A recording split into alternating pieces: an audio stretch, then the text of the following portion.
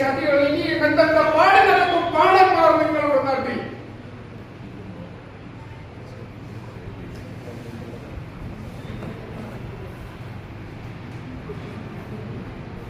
ഇതോ അംഗം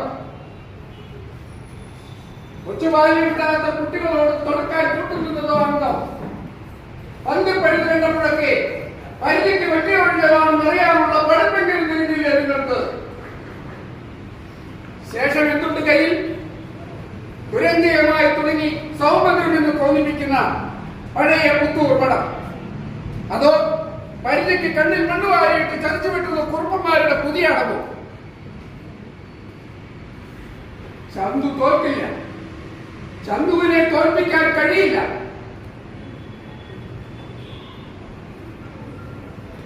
ജീവിതത്തിൽ ചന്തുവിനെ തോൽപ്പിച്ചവരുണ്ട് പലരും, പലവട്ടം. മലയനോട് തൊടുത്തു മരിച്ച അച്ഛൻ ആദ്യം തോൽപ്പിച്ചു. സ്നേഹം പങ്കിടുമ്പോ കൈവിളച്ച ഗുരുനാഥൻ പിന്നെ തോൽപ്പിച്ചു. പൊന്നിനും പണത്തിനുമൊപ്പം സ്നേഹത്തെ തൂക്കി നോക്കിയപ്പോ മോഹിച്ച പെണ്ണും തോൽപ്പിച്ചു. അവസാനം സത്യം വിശ്വസിക്കാതെ ചങ്ങാതിയും തോൽപ്പിച്ചു. തോൽവികൾ ഏറ്റുവാങ്ങാൻ ചന്തുവിന്റെ ജീവിതം മാത്രം ബാക്കി.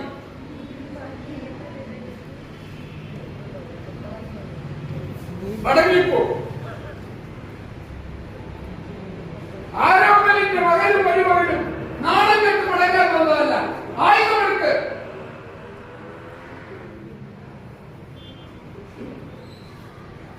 അംഗബലം കൊണ്ടും ആയുധബലം കൊണ്ടും ചതിയൻ ചന്തുവിനെ തോൽപ്പിക്കാൻ ഈ ഭൂമിയിൽ ആണാപ്പെടുന്നവരാരുമില്ല. മടങ്ങിപ്പോ കൊല്ലുന്നെങ്കിൽ കൊല്ല. നേരിട്ട് വെട്ടി പടവൊക്കെ മരിച്ചാൽ മരിച്ചു വീഴാനാണ് ഉണ്ണിയാത്തിയുടെ